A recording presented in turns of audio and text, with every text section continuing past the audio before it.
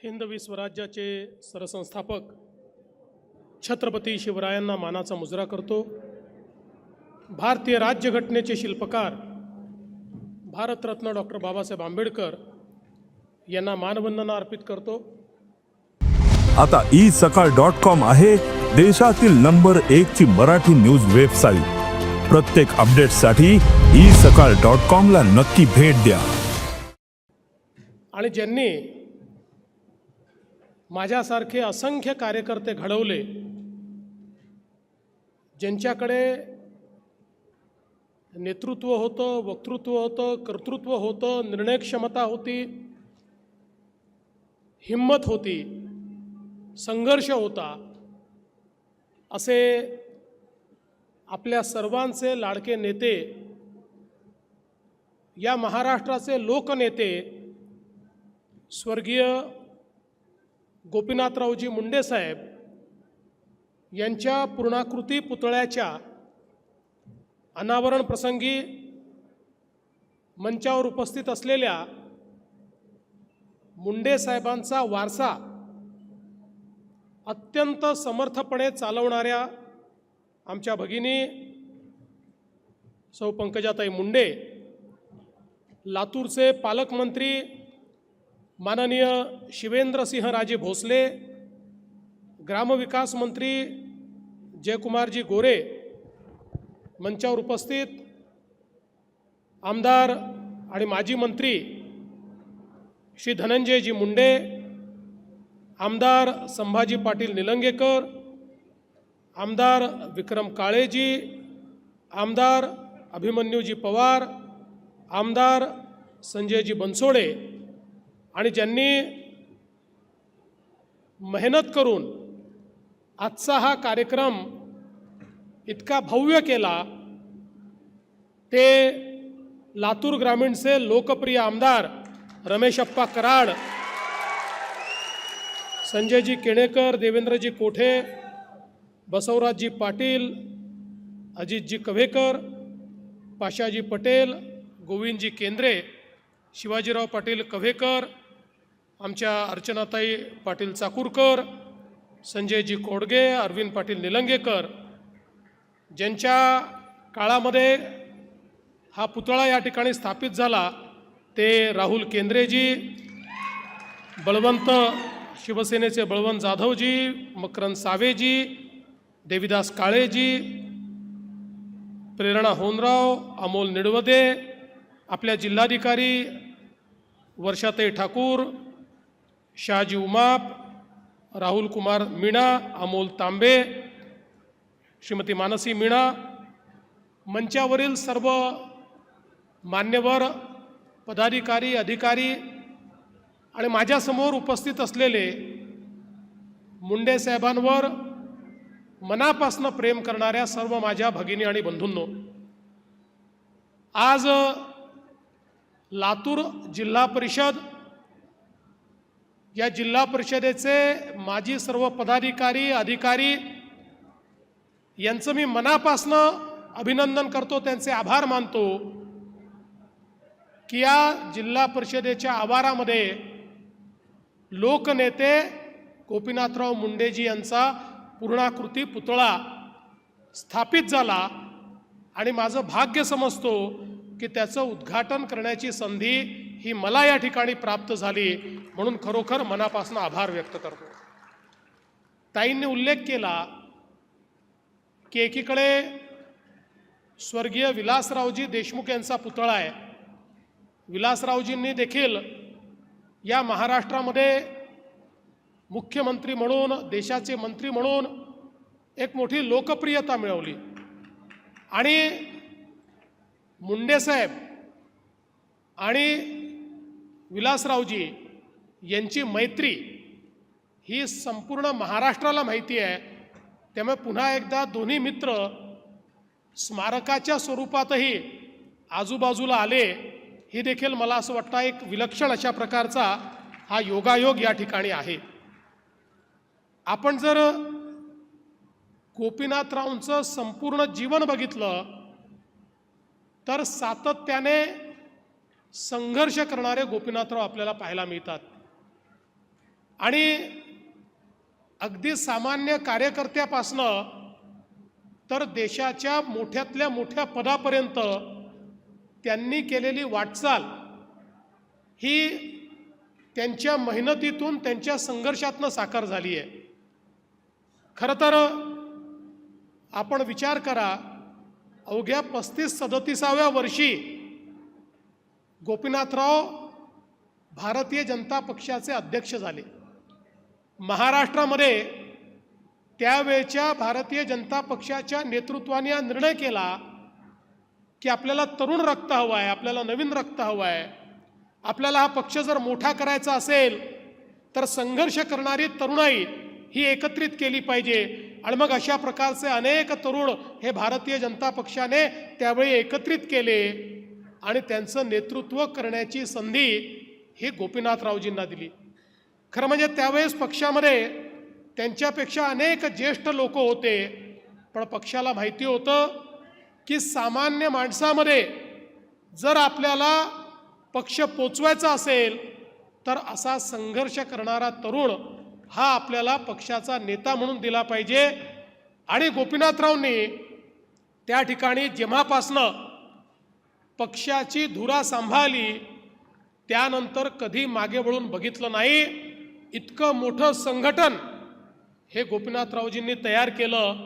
आज आपण पाहतोय भारतीय जनता पार्टी महाराष्ट्रातला सर्वात मोठा पक्ष आहे, देशातला तर आहेच, पण महाराष्ट्रातला सर्वात मोठा पक्ष म्हणून भारतीय जनता पार्टी ज्यावेळेस आपल्याला पाहायला मिळतो, याची नीव ठेवणारे, याचे पायवा ठेवणारे जे काही बोटावर मोजण्या इतके लोक आहेत, त्यातलं ठळक नाव, प्रमुख नाव जर कुठलं असेल तर ते गोपीनाथरावजी मुंडे यांचं आहे. हे देखील आपल्या सर्वांना कबूल करावं लागेल.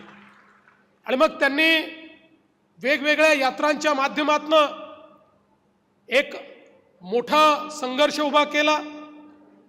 आणि आपल्याला माहिती आहे 90च्या दशकामध्ये ज्यावेळेस गोपीनाथरावांना विरोधी पक्षनेता पद मिळालं, महाराष्ट्राच्या राजकारणामध्ये विरोधी पक्षनेते कसे असावे याचं जेव्हा आपण उदाहरण देतो तेव्हा पहिलं नाव आपल्या डोळ्यासमोर हे गोपीनाथराव मुंडेंचं येतं.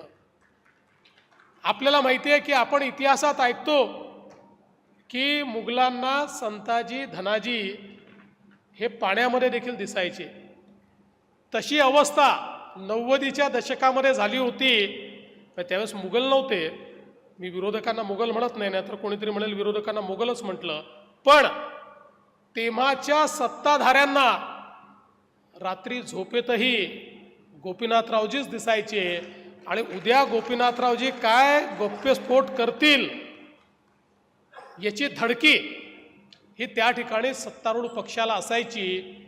एक एक राजकारणाच्या गुन्हेगारीकरणाच्या विरुद्ध एक एक विषय जो गोपीनाथरावजींनी मांडला. आणि विषय मांडत असताना अलीकडच्या काळामध्ये लोक हवेत बार सोडतात, पुरावे काहीच नसतात, बोलून निघून जातात, दुसऱ्या दिवशी वेगळं बोलतात, अनेक वेळा मीडियाही त्यांना विचारत नाही. पण गोपीनाथराव मुंडे अशा व्यक्तीचं नाव होतं ज्याने विधानसभेमध्ये उभं राहून आरोप केला तर कधीच आरोप परत घेण्याची वेळ त्यांच्यावर आली नाही. समोरच्याचा राजीनामा घेऊनच ते खाली बसले.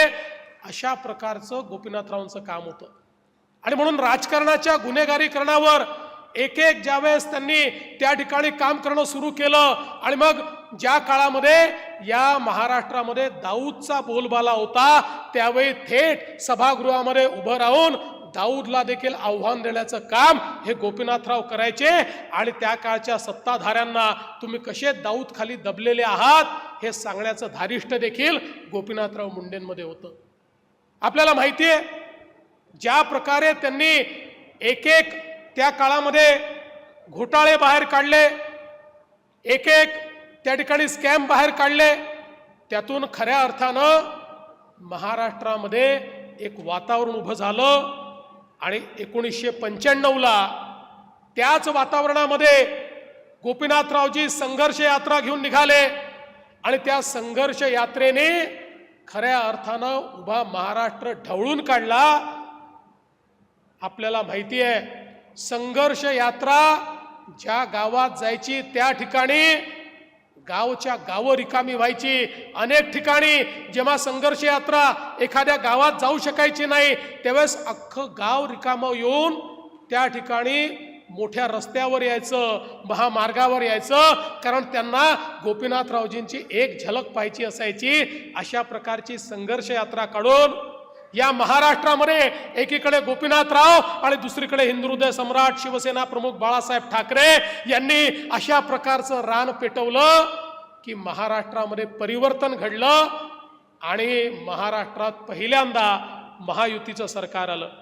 या सरकारमध्ये देखील अनेक खाती त्या ठिकाणी मुंडे साहेबांनी पाहिली.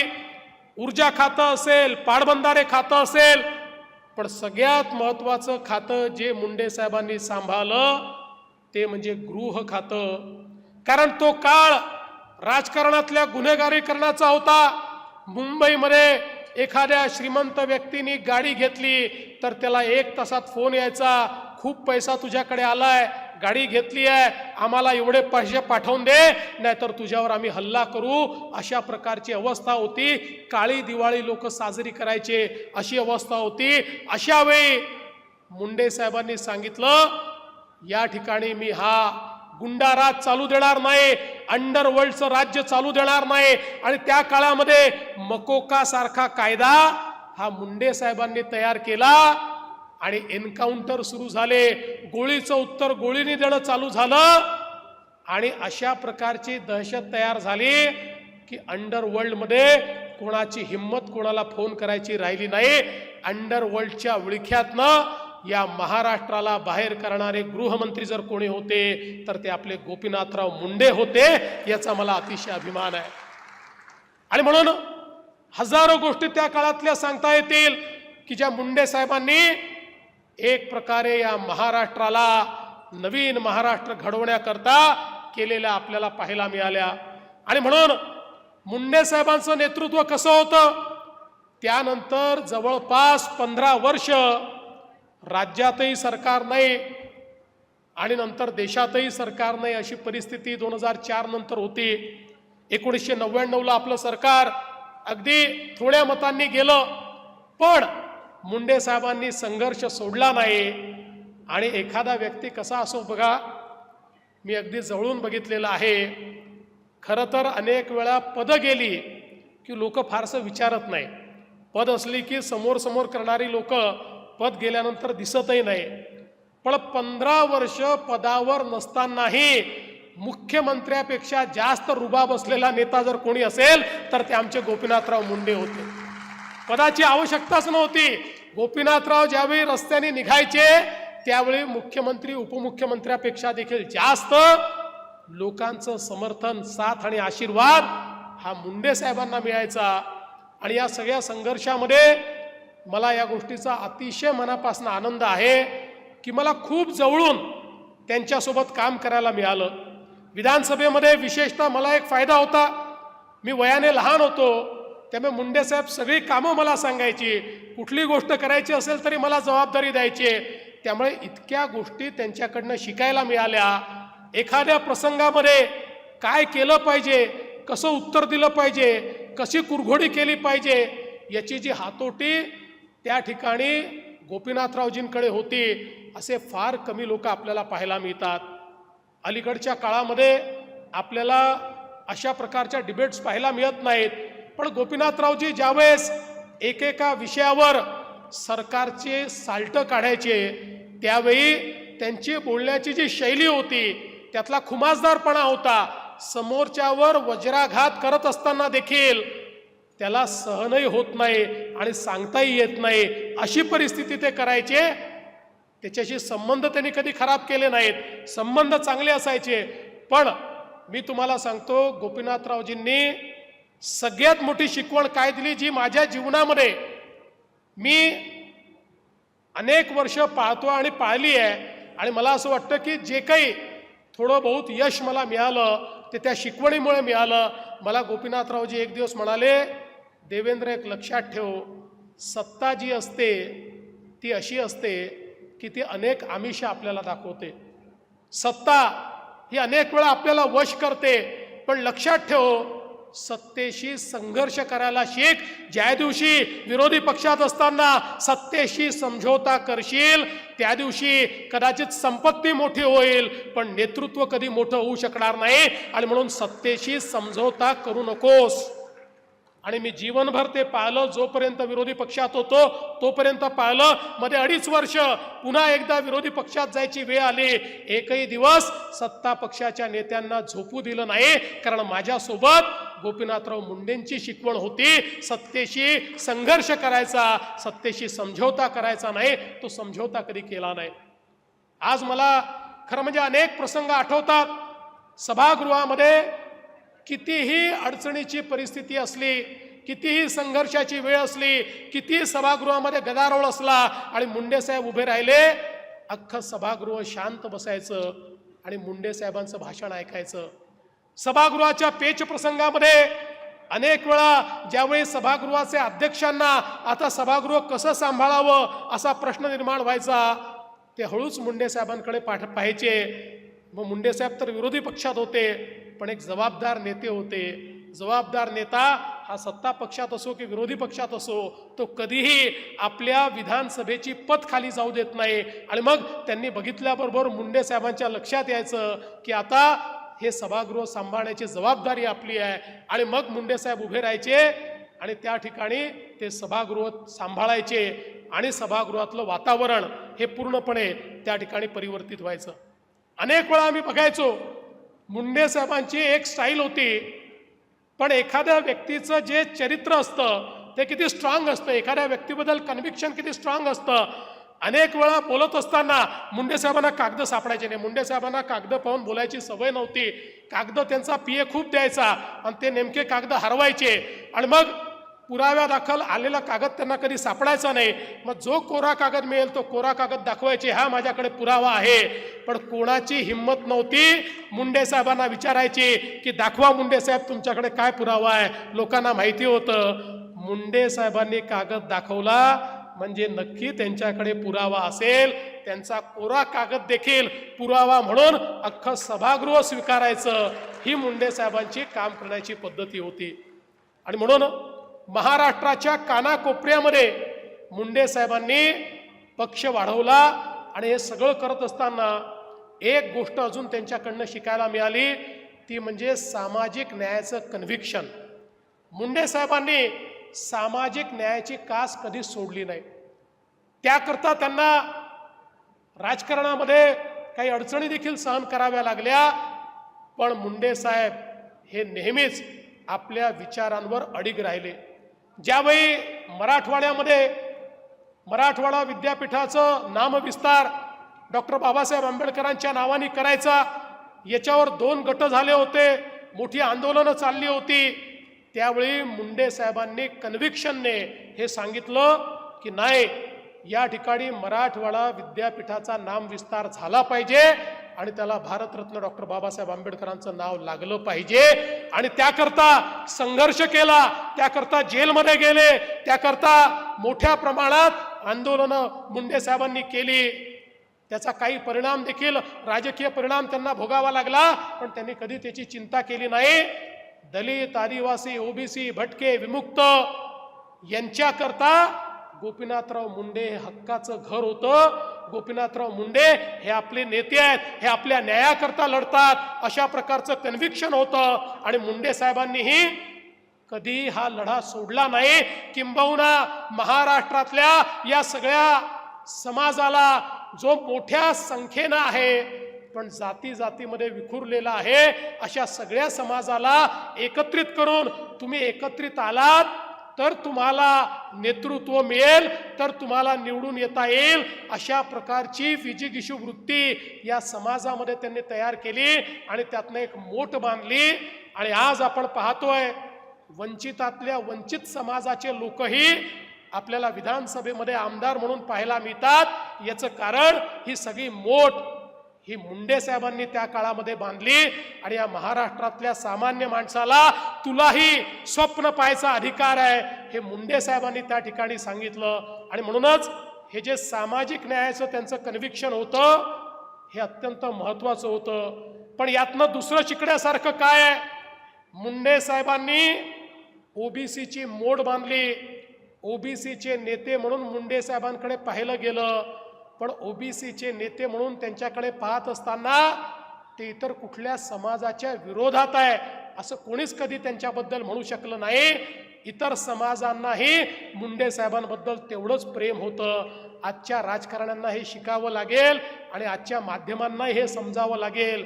एखाद्या समाजाचं त्या ठिकाणी कल्याण झालं पाहिजे याकरता दुसऱ्या समाजाचा दुस्वास करण्याची आवश्यकता नाही आहे. आपण सगळे एकत्रितपणे या महाराष्ट्राचं कल्याण करण्याकरता चाललो.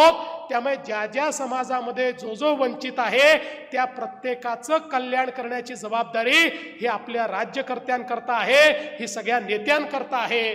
अशा प्रकारची भावना जी गोपीनाथरावजींनी जीवनभर जोपासली, ती भावना जोपासण्याची आजच्या राज्यकर्त्यांना आवश्यकता आहे. ती समजून घेण्याची आवश्यकता आजच्या राजकीय परिस्थितीमध्ये आहे. आणि म्हणूनच मला असं वाटतं की खरं तर त्यांच्या जीवनामध्ये मला इतक्या गोष्टी जवळून पाहायला मिळाल्या की त्या प्रत्येक गोष्टीचा उल्लेख जर मी करू लागलो तर कदाचित तास 2 तास देखील कमी पडतील. ते ज्यावेळेस लोकसभेमध्ये गेले, आपल्याला माहिती आहे लोकसभेमध्ये गेल्यानंतर ते उपनेते झाले. अनेक वेळा महाराष्ट्रातनं गेलेले नेते हे लोकसभेमध्ये हरवून जातात. वर्षानुवर्ष 40 वर्ष महाराष्ट्रात राजकारण केलेले गोपीनाथरावजी लोकसभेमध्ये गेल्यानंतर पहिल्याच अधिवेशनात त्यांनी आपली चुणूक दाखवली आणि त्यानंतर लोकसभेला देखील त्यांनी आपलंसं करण्याचं काम केलं. खरं म्हणजे आपलं सगळ्यांचं दुर्दैव आहे की गोपीनाथरावजींना केंद्रीय मंत्री म्हणून काही दिवसाचाच काळ मिळाला. जर गोपीनाथरावजी ग्रामविकास विभागाचे मंत्री म्हणून केंद्रात काम करत होते, गोपीनाथरावजींना अधिक काळ मिळाला असता तर या देशामध्ये एक चमकता तारा म्हणून, या देशाचे नेते म्हणून गोपीनाथजींना आपण पाहू शकलो असतो. मगाशी रमेशप्पा तुम्ही सांगितलं हे खरं आहे की गोपीनाथजींनी त्या सभेमध्ये हे सांगितलं की देशात नरेंद्र आणि महाराष्ट्रात देवेंद्र. पण त्याच्यानंतर मला माध्यमांनी विचारलं, गोपीनाथरावजी होते, मी माध्यमांना सांगितलं हे काही म्हणू द्यात पण आम्ही गोपीनाथरावजींना उधारीवर मोदीजींना दिलाय. विधानसभेची निवडणूक झाली की आम्ही गोपीनाथरावजींना परत आणणार आहोत आणि या महाराष्ट्राचा मुख्यमंत्री बनवणार आहोत. खरं म्हणजे आमचं ते स्वप्न दुर्दैवाने पूर्ण होऊ शकलं नाही. आज खरं म्हणजे ज्यावेळी या पदावर मी बसतो त्यावेळी मला याची जाणीव असते की गोपीनाथरावजींसारख्या व्यक्तींनी केलेल्या या बलिदानामुळे, त्यांनी केलेल्या संपूर्ण या कार्यामुळे आज आमच्यासारख्या मंडळींना ही सगळी पदं भोगता येत आहेत. आणि म्हणूनच मला असं वाटतं की शेवटी आपण एखादा पुतळा का बांधतो तर तो पुतळा याकरता बांधतो की त्यांनी आपल्याला जो मार्ग दाखवलेला आहे त्या मार्गावर चालण्याकरता पुतळा बांधतो. आणि म्हणून मला या गोष्टीचं समाधान आहे की ज्या गोष्टीकरता गोपीनाथरावजींचा सातत्याने आग्रह असायचा ती प्रत्येक गोष्ट करण्याचा प्रयत्न आम्ही करतो. आज आपल्याला माहिती आहे की या ठिकाणी गोपीनाथरावजींनी संघर्ष केला. या मराठवाड्याच्या हिस्स्याचं पाणी जे पळवून नेण्यात आलं होतं, वर्षानुवर्ष मराठवाड्याला या ठिकाणी तहानलेलं ठेवण्याचं काम हे तेव्हाच्या राज्यकर्त्यांनी केलं. आपलं सरकार 14ला आल्यानंतर पहिल्या झटक्यामध्ये मराठवाड्याच्या हिश्श्याचं 7 TMC पाणी आपण मराठवाड्याला परत आणलं आणि आज त्याचं काम होत आहे आणि आमच्या बीड जिल्ह्यापर्यंत आता ते पाणी पोचतंय. आणि दुसरं त्यांचं स्वप्न होतं, गोदा परिक्रमा त्यांनी केली, या मराठवाड्याला दुष्काळ मुक्त करण्याचं त्याचंही काम आपण सुरू करतोय. जवळपास 54 TMC पाणी वाहून जाणारं हे गोदावरीच्या खोऱ्यामध्ये आणून या मराठवाड्याला पूर्णपणे दुष्काळ मुक्त करण्याचं मुंडे साहेबांचं स्वप्न हे आम्ही निश्चितपणे या ठिकाणी पूर्ण करणार आहोत. आपल्याला माहिती आहे या ठिकाणी नगर, परळी, बीड रेल्वेचं त्यांचं स्वप्न होतं. ते स्वप्नाकरता त्यांनी संघर्ष केला. मला आनंद वाटतो मोदीजींच्या नेतृत्वात आम्ही, पंकजाताई, आम्ही सगळ्यांनी प्रयत्न केले.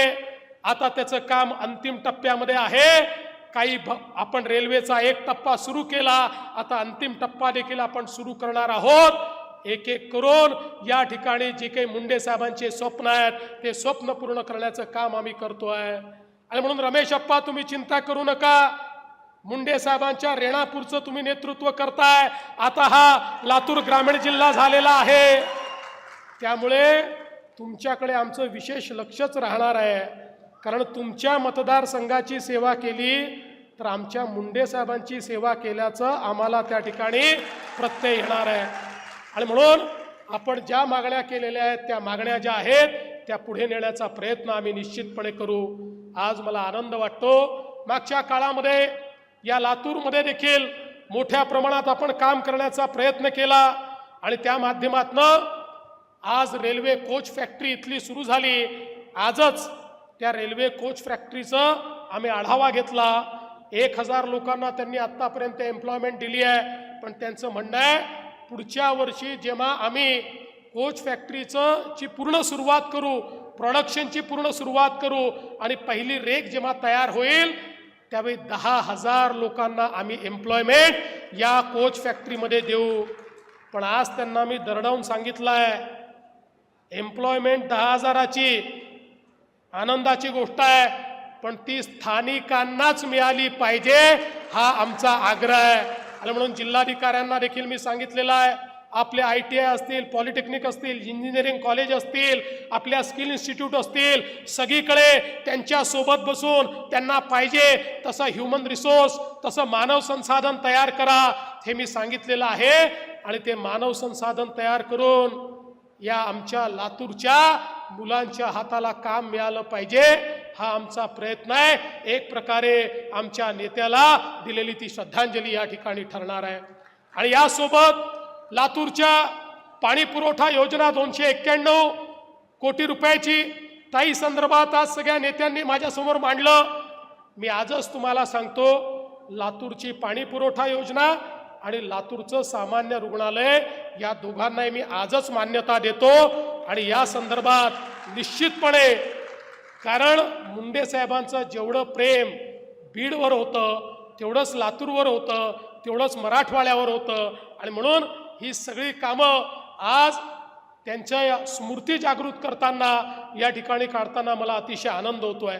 मागच्या काळामध्ये आमच्या संभाजी भैयांनी अतिशय चांगलं काम पाण्यामध्ये या ठिकाणी केलं, जलयुक्त शिवारचं काम अतिशय सुंदर पद्धतीने त्यांनी केलं।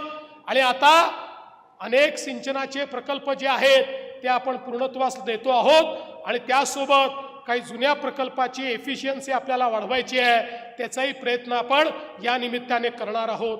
आमच्या अभिमन्यू पवारांनी या ठिकाणी मोठ्या प्रमाणात शेत रस्त्यांची कामं केली। आता मला सांगताना आनंद वाटतोय की आपल्या सरकारने नवीन शेत रस्त्यांची योजना हातामध्ये घेतली आहे। पुढच्या 5 वर्षामध्ये 100% शेत रस्ते हे पक्के बनवायचा निर्णय आपण या ठिकाणी घेतलेला आहे आणि आमचे जयकुमारजी त्याकरता पूर्ण प्रयत्न जो आहे तो करतायत। खरं म्हणजे मला या गोष्टीचा आनंद आहे की आता लातूरला संभाजी राजेंसारखा एक अतिशय समर्थ अशा प्रकारचा पालकमंत्री आम्ही दिलेला आहे। आणि त्यामुळे शिवेंद्रराजेंसारखा एक अतिशय सक्षम असा पालकमंत्री आम्ही दिलेला आहे। त्यामुळे मला विश्वास आहे की पुढच्या काळात लातूरकरांची स्वप्न आम्ही पूर्ण करू। आणि म्हणून आज या निमित्ताने पुन्हा एकदा मी आपल्या सर्वांना आश्वस्त करू इच्छितो की मुंडे साहेबांनी या ठिकाणी जो मार्ग दाखवलेला आहे, समाजातल्या शेवटच्या व्यक्तीला विकासाच्या मुख्य धारेमध्ये आणण्याचा, समाजाला संघटित करून संघर्ष करून त्यातनं समाजापर्यंत विकास पोहोचवण्याचा, हे सगळे स्वप्न पूर्ण करण्याचं काम आम्ही करू। आज पंकजाताई या ठिकाणी अतिशय समर्थपणे हा वारसा चालवत आहेत आणि निश्चितपणे आपण सगळे मिळून हा वारसा कसा पुढे नेता येईल याचा प्रयत्न करूया। मी पुन्हा एकदा आपल्या सर्वांचे मनापासून आभार मानतो, आपल्या जिल्हा प्रशासनाचे आभार मानतो आणि माझं बोलणं संपवतो। धन्यवाद। जय हिंद, जय महाराष्ट्र। देश विदेशातील प्रत्येक घडामोडींचे लाईव्ह अपडेट मिळवण्यासाठी आता साम टीव्हीच्या सर्व सोशल मीडिया प्लॅटफॉर्मला लाईक, फॉलो आणि सबस्क्राईब करा. तसंच सर्व नोटिफिकेशनसाठी बेल आयकॉन प्रेस करायला विसरू नका.